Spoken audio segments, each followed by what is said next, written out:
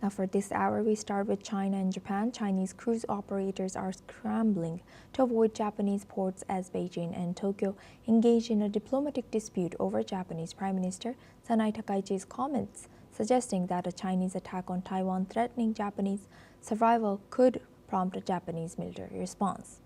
According to tour and port agents, this could cause Chinese tourists to be redirected to South Korea from Japan, resulting in a decreased inflow of tourists to Japan and a spur in demand for tourism in South Korea.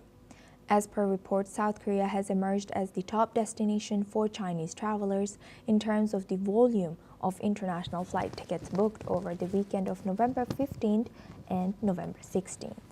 Adora Magic City, a Chinese cruise ship that travels to South Korea's tourist island of Jeju as well as Japan, has changed its schedule for December to avoid stopping at the Japanese ports of Fukuoka, Sasebo, and Nagasaki as planned.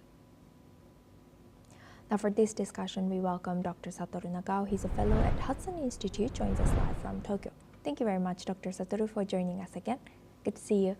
Dr. Satoru, how is Japan being hit? What are the effects of the growing China and Japan rift now? Japan side hasn't escalated any situation, and China side escalated the situation. So view from Japan, Japan is not wrong, and China is wrong. So of course, China step up economical pressure and now military pressure. It is true, but because we are not wrong, there is no problem for us and to continue our stance. That is the current situation. Indeed, background reality, China want to escalate because they want to escalate, but the reason why is the matter. And in this case, new government sworn and Prime Minister Takaichi's capability, China want to know. And so this is a stress test to making pressure. View from this, there's a high possibility that China will continue to make pressure until they get enough data about Prime Minister Takaichi. So it is unavoidable. At the same time, this making pressure itself is not meaning China is confront against Japan for a long time. So that's why this will be the temporal crisis between two. And so that's why Japan is waiting, coming down, looks like the natural disaster, for example, the typhoon or earthquake or something like that. So that's why Japan's reaction is very calm. China believed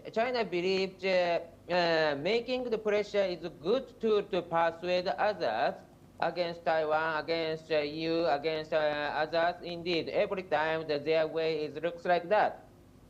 But China hasn't succeeded. The more pressure means that the more cooperation in the country around China. Recently, the US-Japan relation has strengthened. Australia-Japan relation, Philippines-Japan relation, Vietnam-Japan relation, especially India is the most important country. And so now the Taiwan-Japan relation will be good, I think. So China makes the pressure and China creates a bigger enemy. That is the situation. So there is no problem for Japan side, I think. Thank you. Right, thank you. And can you please tell us, how is Japanese media covering this issue? Are they supportive of newly elected Prime Minister's stance, or are they criticizing her? Japanese media's stance is something the confusing situation, because they did not expect such kind of strong reaction from China side. And but at the same time, in Japan, many people do not want Prime Minister Takaichi to back down, because the Prime Minister Takaichi's explanation is honest and explanation about situation. If the war has happened just side of Japan, it could be the crisis for survival for Japan. It's very clear. So that's why it is impossible to back down. Some media say she should not say honestly, but anyway, everyone admits this is a fact. That is the current situation. So fact has revealed, but still fact is fact. That is a very important perception in Japan. Right. With that, I would like to thank Dr. Satoru for sharing that insight. Please stay with us as we come back to you for our next discussion as well. Now, moving on, in Johannesburg, Chinese Premier Li Qiang has said that China stands ready to work with South Africa to deepen political mutual trust and firmly support each other on issues concerning their respective core interests and major concerns as well. These comments came during his meeting with the South African President Cyril Ramaphosa ahead of the 20th G20 summit. Lee has also said that China is ready to continue working with South Africa to carry forward their traditional friendship and expand cooperation across various fields to promote the common development of the two countries, as well as unity and cooperation between China and Africa as a whole. He's announced that they are willing to work with South Africa to safeguard the multilateral trading system and promote the early implementation of zero tariff treatment for South African goods. Meanwhile, President Ramaphosa has added that South Africa stands ready to strengthen communication and coordination with China within the United Nations, the G20, and other multilateral frameworks to uphold multilateralism jointly. Now, for this discussion, we welcome back Dr. Satoru Nagao. He's a fellow at Hudson Institute, joins us live from Tokyo.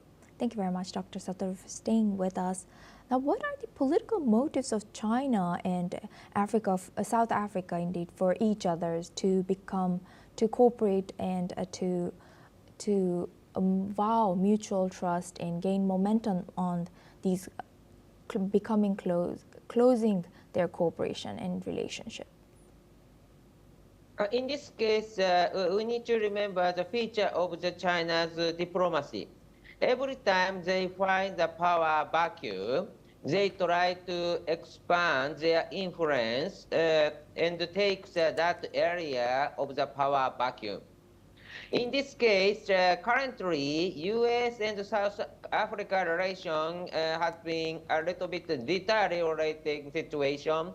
So that's why China got the chance to expand their influence in South Africa. So every time they try to search the power vacuum and exploit it. But the problem is every time trouble has happened and the power vacuum has created and China expand influence it. So in this case, view from the other country, China's style is a little bit bad style because they steal something as a thief. So it looks like. So that's why China tried to exploit the situation, that is true, but at the same time, such attitude itself is not popular as a great power in the world stage. Thank you. Right, and what political implications could arise from South Africa's reaffirmation of one China policy? One China policy is many countries respect the China's policy. So in this case, this is not a big problem. Anyway, the country who admit Taiwan as an independent country, as a formal diplomatic stance, is very limited. But at the same time, many countries try to keep the relation with Taiwan. That is also fact. So this in front of China, many countries respect China's opinion. But this is not the meaning they try to isolate Taiwan or choosing the side to join the war or invade Taiwan. So that's why China should not overestimate such kind of support of the international community in this case. Many countries in the world try to take distance from this issue, but do not be the side of China. Right. Thank you very much for sharing that. Please stay with us as we come back to you for our next discussion. discussion as well. Now, moving on, the Trump administration is considering approving sales of NVIDIA's H200 artificial intelligence chips to China to improve bilateral relations and boost prospects for exports of advanced U.S. technology. The Commerce Department, which oversees U.S. export controls, is reviewing potential changes to its policy bearing such sales. The White House has stated that the administration is committed to securing America's global technology leadership and safeguarding U.S. national security. The possibility signals a friendlier approach to China after U.S. President Donald Trump and Chinese President Xi Jinping brokered a trade and tech war truce in Busan last month. Now we move on to our next news. China and Uzbekistan are pushing their partnership into a new phase. Today in Tashkent, Chinese Foreign Minister Wang Yi and his Uzbek counterpart Bakhtiyor Saidov has held their second strategic dialogue.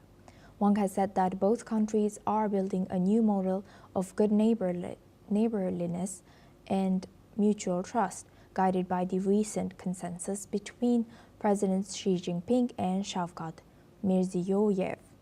He has highlighted fast-growing trade major connectivity projects like the China-Kyrgyzstan-Uzbekistan Railway and expanding cooperation in green energy, high-tech, education, and tourism. China also praised Uzbekistan's progress in poverty reduction and pledged more support. Both sides vowed to combat terrorism and transnational crime and to coordinate closely within the SCO and China Central Asia mechanisms. Uzbekistan has reaffirmed its commitment to the One China principle and voiced strong backing for China's national reunification. Now we welcome back Dr. Satoru Nagao. He's a fellow at Hudson Institute, joins us live from Tokyo. Thank you very much, Doctor, for staying with us. Doctor, how is Uzbekistan risking by becoming closer and aligning with China's development and governance initiatives? How do you think this is going to shape Uzbekistan in future? Central Asia, originally the Soviet has a strong influence as a part of their country. Then after the collapse of the Soviet, Russia has kept their influence in this area. But under the current situation, Russia is relying on China and Russia is losing the influence. So that's why China got the chance. When the power vacuum they found, they try to expand the influence. So now that they try to take Central Asia, and so on surface, Russia-China relation is very good, and Russia rely on China. Indeed, this is not just on surface, very deep now. But at the same time, China is taking Russia's influence area through this cooperation. So, view from Uzbekistan, what are they thinking? Indeed, for the smaller countries, two choices is very useful because choosing the one side, another side worry. That's why they try to negotiate with another side and get more support. So Russia and China, both are choice for Uzbekistan. This is not a bad situation. So that's why view from Uzbekistan, cooperate with China, cooperate with Russia, both are choices for them. And China exploits the situation to expand the influence to the Central Asia. This is China's influence. So that's why the two countries decide to cooperate. But at the same time, Uzbekistan's choice is want to keep the multi-choices. And China's interest is taking Uzbekistan's or taking the influence towards Uzbekistan. So this means reducing the influence of the Russia's interest for China. So that's why the two countries thinking differently. So this means that even if they cooperate each other, still their interest is different. We should not forget it. That is my analysis. Thank you. Right. With that, I would like to thank Dr. Satoru Nagao for joining us today and sharing that insight throughout our news. Thank you very much. Now we move on to our next news. China's Vice Premier He Lifeng held a bilateral meeting with former U.S. National Security Advisor Stephen Hadley in Beijing. Has said that the recent meeting between the Chinese and U.S. presidents in Busan has set the direction for future economic and trade ties. He has stressed that both nations shared broad common interests and that trade should remain the stabilizing force in China-U.S. relations. He Lifeng has also expressed hope that the Atlantic Council will help advance stable economic cooperation and briefed Hartley on the latest CPC Central Committee commission. Hartley has praised the progress made by both leaders and said he will continue to support dialogue between the two countries. Now we move on to Asia. Prime Minister Narendra Modi has held a bilateral meeting with Australian Prime Minister Anthony Albanese in Johannesburg on the sidelines of G20 summit. Both leaders said ties remain strong and agreed to deepen economic defense and security cooperation. Albanese has also offered condolences for the Red Fort terror attack and the Saudi bus crash that killed several Indian pilgrims. South Africa is now hosting G20 under the theme Solidarity, Equality and Sustainability, while Prime Minister Modi also said he will present India's vision of one Earth, one family, one future, and will also join the IBSA summit on the sidelines. Now for this discussion, we welcome retired Major General Dr. Rajan Kochhar. He's a senior strategic and international affairs expert, joins us live from New Delhi. Thank you very much for joining us again. Good to see you. Major General Doctor, looking at this news, how do you think India's growing international influence is now being showcased in G20 amid US's absence and only few big countries joining G20 now? Subha, I think this is a passing phase because I don't think the influence of G20 is going to wane, because G20 is a very, very strong forum. It has and a very inclusive one, and especially if we look at the global south, there has been a move by India in G20 summit in Delhi, if you remember. The African countries were co-opted into this multilateral organization we have. And G20 has got a lot of relevance and significance. And especially when we talk about a digital economy, when we talk about furtherance of taking digital infrastructure forward. Second aspect is about climate change, climate energy. We are talking about renewable energy and climate cooperation.